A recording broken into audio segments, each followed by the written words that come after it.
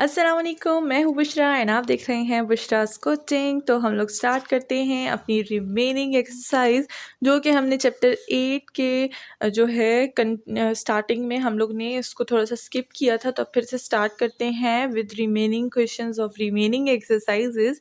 सो 7.6 हम लोग ने स्टार्ट की हुई थी the exact equation and not exact equation, जिसमें काफ़ी सारे लोगों को प्रॉब्लम्स थी कि मैम एग्जैक्ट होगा नॉन एग्जैक्ट होगा, इसमें काफ़ी सारे जो है न्यू टर्म्स आ रहे हैं, ठीक है ना। बहुत ज़्यादा प्रॉब्लम थी सबको, लेकिन ये जो चीज़ है ये पहले सबसे पहले कॉन्सेप्ट समझ लेना है। इसीलिए जो है मैं हमेशा एक्सरसाइज के स्टार्टिंग में बता देती हूँ कि इंट्रोडक्शन मस्ट देखें।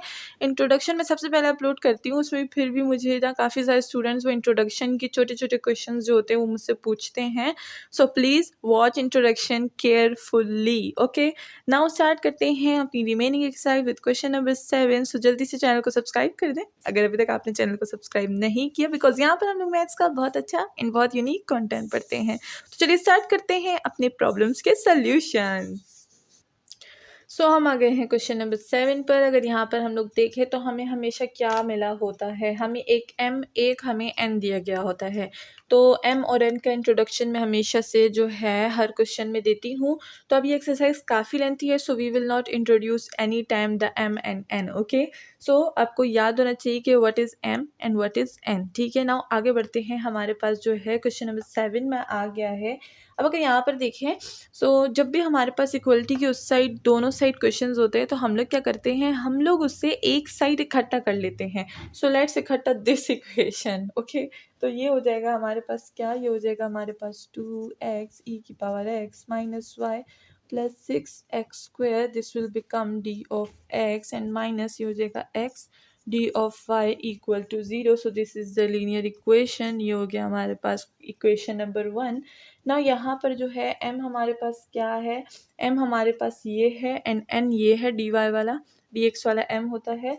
तो हम लोग क्या करेंगे, m ऑफ y ले लेंगे, ठीक है ना। m विथ पार्शियल y होता है ना, partial m by partial of y लेते हैं। तो इसको मैं अब किस फॉर्म में लिखूंगी, इसको अब मैं लिखूंगी m ऑफ y के फॉर्म में, ठीक है। जब m के पास y होता है तो हम लोग बोलते हैं कि m को हम लोग ने पार्शली डिफ्रेंशिएट किया हुआ है विथ रिस्पेक्ट टू y, ठीक है। सो अब मैं ये वाला फॉर्म नहीं, अब मैं ये वाला फॉर्म लिखूंगी बिकॉज हम बड़े हो गए हैं। हम लोग किस चीज़ में बड़े हो गए हैं, हम लोग इस प्रोसेस में बड़े हो गए हैं। ये प्रोसेस हमने काफ़ी दफ़ा किया, एक्सरसाइज को इतना ज़्यादा सॉल्व किया। सो अब जब हम बड़े हो गए तो हम लोग जो है अपना शॉर्ट मेथड यहाँ पर यूज़ करेंगे, ठीक है। सो डोंट कन्फ्यूज़ हेयर, यहाँ पर मैं बता रही हूँ कि मैं पहले भी बता चुकी हूँ कि ये हम लोग इस तरह से भी रिप्रेजेंट कर सकते हैं, ठीक है। सो ये हो गया m ऑफ y अगर मैं लूँगी यहाँ पे तो मेरे पास क्या आएगा, ये x का टर्म है, दिस विल बी 0। ये हो गया हमारे पास -1 एंड ये x का टर्म है, दिस इज ऑल्सो बिकम 0। सो काफ़ी ज़्यादा स्टूडेंट्स होते हैं जो मैथ के स्टूडेंट नहीं होते, लेकिन कुछ मैथ के भी स्टूडेंट जिनको पार्शियली डिफ्रेंशिएशन नहीं आती, ठीक है। सो ध्यान दीजिए इस पर, हर जगह यूज़ होता है। जो भी फील्ड हो आपकी मैथ की, फिज़िक्स हो, मैथ्स हो, केमिस्ट्री हो, ये चीज़ आनी चाहिए, हर स्टूडेंट के लिए होती है ज़रूरी इन मैथ्स, ठीक है। सो ये हो गया हमारे पास एक m of y। Now n of x को देखेंगे, n ऑफ x हमारे पास क्या आ जाएगा, n ऑफ x हमारे पास आ जाएगा देखिए माइनस है ना, तो -1 आ जाएगा ये। तो दोनों हमारे पास क्या हो गए, m of y equal to n of x। जब दोनों सेम है तो दोनों इक्वल आ गई, यानी एग्जैक्ट इक्वेशन यहाँ पर हम लोग क्या कर सकते हैं, अप्लाई कर सकते हैं। ये कंडीशन जो है हमारे पास सेटिस्फाइड हो गई है। जब सेटिस्फाई हो गई तो चलिए आगे का प्रोसेस प्रोसीड करते हैं। सो चलिए आगे चलते हैं फॉर्मूले की तरफ।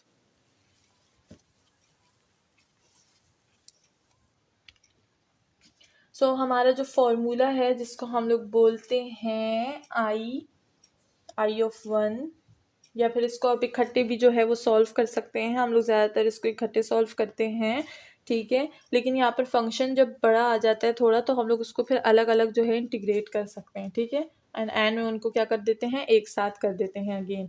सो इंटीग्रेट करेंगे 2x e की power x minus y plus 6x, x क्या x² है एंड साथ में d ऑफ x है, ठीक है। सो यहाँ पर हम लोग क्या करेंगे, इंटीग्रेशन यूज़ करेंगे और वो भी बाय पार्ट्स का फॉर्मूला, ठीक है। Integration integration by parts. ठीक है, इंटीग्रेशन बाय पार्ट्स में मैं बहुत दफ़ा समझा चुकी हूँ। अगर किसी को भी यहाँ पर प्रॉब्लम है सो वो पुरानी वीडियोस को चेकआउट कर सकते हैं, वहाँ पर मैंने सारा समझाया हुआ है।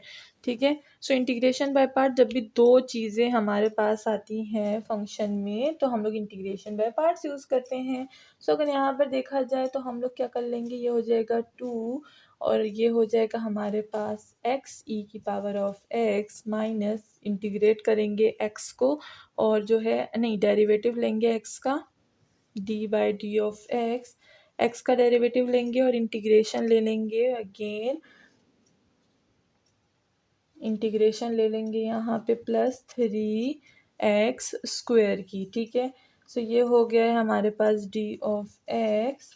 नाउ यहाँ पर अगर हम देखें तो ये क्या हो जाएगा हमारे पास 2, ये हो गया x e की power x as it is. अगर हम लोग यहाँ पर लेंगे इंटीग्रेशन तो 1 आ जाएगा हमारे पास। ठीक है, एंड यहाँ पर अगर हम देखें तो यहाँ पर पावर रूल लग जाएगा तो 3 और 3 कैंसिल हो जाएगा, x3 रह जाएगा। ठीक है, सो ये हो जाएगा हमारे पास d by d of x and plus ये हो जाएगा हमारे पास x3 एंड ये हो गया हमारे पास ख़त्म।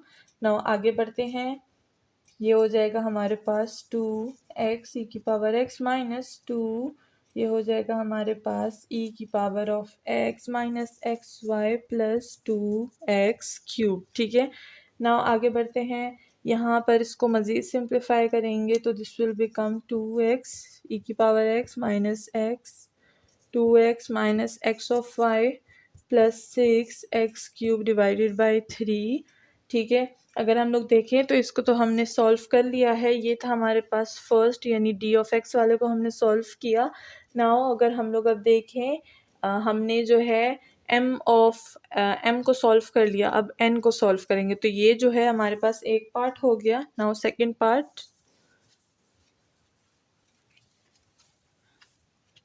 सेकेंड पार्ट में हम लोग I2 लिख लेंगे यहाँ पे और जो है n को इंटीग्रेट कर देंगे। ठीक है, जो हमारे पास क्या होता है फ्री फ्रॉम x होता है, जो कि मैं बहुत दफ़ा बता चुकी हूँ, जिसमें हम लोग x को इंक्लूड नहीं करते। ठीक है, सो अगर हम लोग देखें तो n के पास तो था ही सिर्फ एक minus x D of y, तो ये हम लोग क्या हमारे पास क्या हो जाएगा, ज़ीरो हो जाएगा डायरेक्टली। सो ये हो गया है हमारे पास ज़ीरो, तो हम क्या करेंगे, अब हम लोग I equal to I1 plus I2, जो हमने I1 I2 निकाला उसको हम लोग प्लस कर देंगे। So our answer will be 2x e की power of x minus 2 e की power of x minus x of y plus 2x³ equal to c and this is our answer, जो कि हमारे पास एग्जैक्ट इक्वेशन का है। Now next question पर चलते हैं, जो कि क्वेश्चन नंबर 8 है। सो नाउ हम आ गए हैं क्वेश्चन नंबर 8 पर। अगर फंक्शन को देखें तो थोड़ा सा डिफ़िकल्ट फंक्शन है, बट इतना भी डिफ़िकल्ट नहीं है कि हम जो है वो घबराएं। हमने इतनी सारी प्रॉब्लम्स सॉल्व की हुई हैं तो इसको भी हम लोग सॉल्व कर सकते हैं। So let's see that it will satisfy और नॉट। तो सबसे पहले हम लोग क्या करेंगे, हम लोग लेंगे m ऑफ y। सो अगर हम लोग m ऑफ y लें तो ये क्या हो जाएगा हमारे पास 3y² x² will be as it is, और ये सारा x का टर्म है दैट विल बिकम 0। नाउ अगर हम लोग n ऑफ x लें तो ये हो जाएगा हमारे पास 3x² and y²। So this is the exact यानी m of y equal to n of x। तो ये सेटिस्फाई हो गया है। नाउ आगे इंटीग्रेट करेंगे। सो अब मैं इसको हटाऊंगी ताकि इंटीग्रेशन जो है वो सारी यहीं पर आ जाए। ठीक है, so now let's put the formula of integration. So ये हो जाएगा हमारे पास I इक्वल टू, पहले हम लोग लेंगे m D of x plus n D of y ले लेंगे। ठीक है, इक्वल टू 0। सो ये हो जाएगा हमारे पास, यहाँ पर क्या हो जाएगा, m को लेंगे इंटीग्रेट करेंगे विद रिस्पेक्ट टू x। ठीक है, तो ये हो जाएगा हमारे पास, यहाँ पर y को पहले निकाल लेंगे। सो y³ को जो हमने निकाल लिया है x² को लाएंगे माइनस, ये हो जाएगा 1 और 1 plus 9x² D of x, यहाँ पर भी डी ऑफ x लिखेंगे, मैं लिखना भूल गई। एंड ये हो जाएगा प्लस, यहाँ पर जो x को इंटीग्रेट नहीं कर सकते सो वी विल जो है यहाँ पर एक्स के टर्म्स को अगर होता है तो हम नहीं ले सकते, तो this will become all zero, ठीक है। सो ये हो जाएगा हमारे पास ज़ीरो इक्वल टू ज़ीरो, ठीक है। सो ये हो गया हमारे पास ज़ीरो, बिकॉज ऐसा कोई भी n का टर्म नहीं है जिसमें x ना हो। अब यहाँ पर जो है हम लोग सोल्यूशन करेंगे, ये हो जाएगा y क्यूब एंड ये हो जाएगा x क्यूब डिवाइडेड बाई 3। अब कोई बोलेगा मैम आपने डायरेक्ट किया है, तो मैंने डायरेक्ट इसलिए किया है क्योंकि ये इंटीग्रेशन में बहुत पहले समझा चुकी हूँ, तो अब मैं इसको डायरेक्ट ही करूँगी, ठीक है। पावर इंटीग्रेशन है, सिंपल इंटीग्रेशन है, ठीक है। एंड माइनस अगर हम यहाँ पर देखें तो ये क्या है हमारे पास, इसको अगर मैं देखूँ यहाँ पे रफ में बनाती हूँ, ठीक है, ताकि पता चले। ये हो जाएगा 1 एंड 1 प्लस 9x²। सो अगर इसको मैं ऐसे लिखूँ तो क्या कोई फ़र्क पड़ेगा? नहीं, वही है ना। अगर मैं स्क्वायर को ओपन कर लूँगा तो वही बन जाएगा, ठीक है, ओपन करने से ये।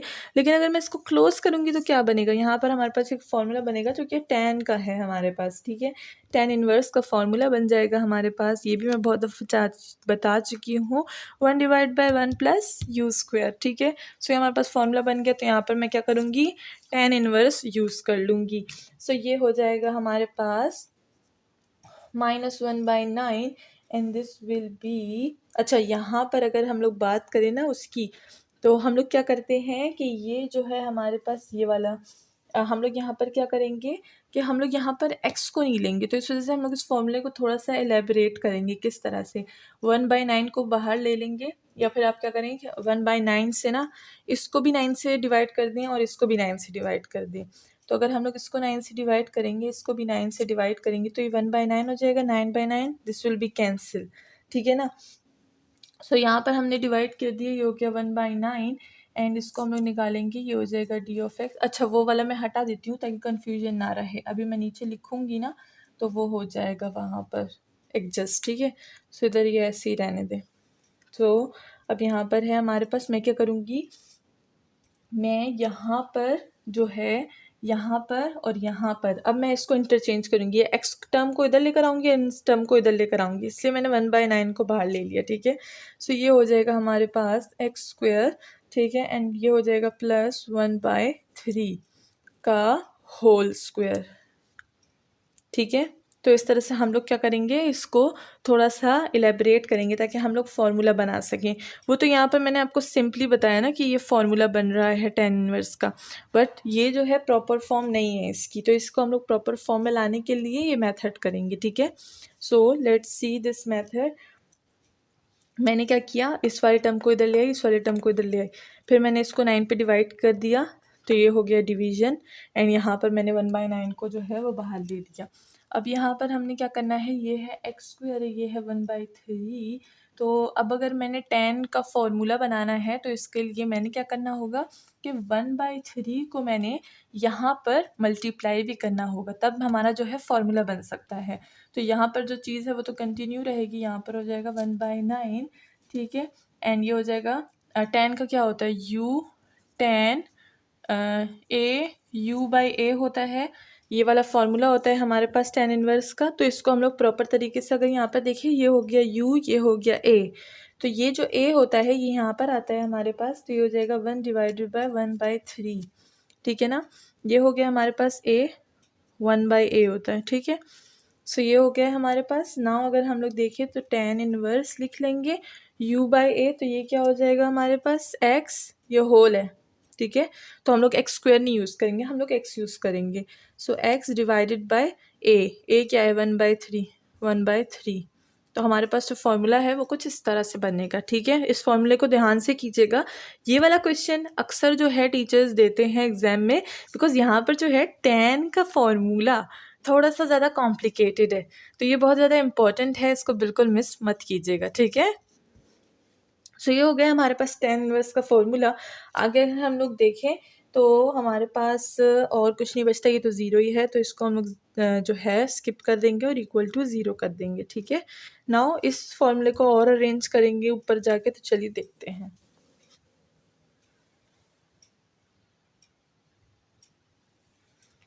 सो ये यहाँ पर हमारे पास क्या था, मैंने देखा ही नहीं, यहाँ पर था हमारे पास y³ x³ divided by 3 minus. अब अगर हम लोग इसको सॉल्व करें तो ये कैसे हो जाएगा हमारे पास, ये हो जाएगा 3 ऊपर चला जाएगा, तो 3 और 9 जो है वो हमारे पास कट जाएंगे, तो 1/3 आ जाएगा।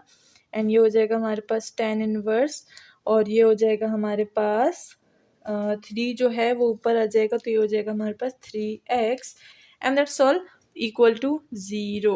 ठीक है, सो ये हमारे पास जो tan इनवर्स का फॉर्मूला है इतना कॉम्प्लिकेटेड वाला है, इसको मैंने यहाँ पर सिंप्लीफाई कर लिया है। अब अगर हम लोग आगे देखें तो हमारे पास क्या बनता है, ये आंसर बन जाता है।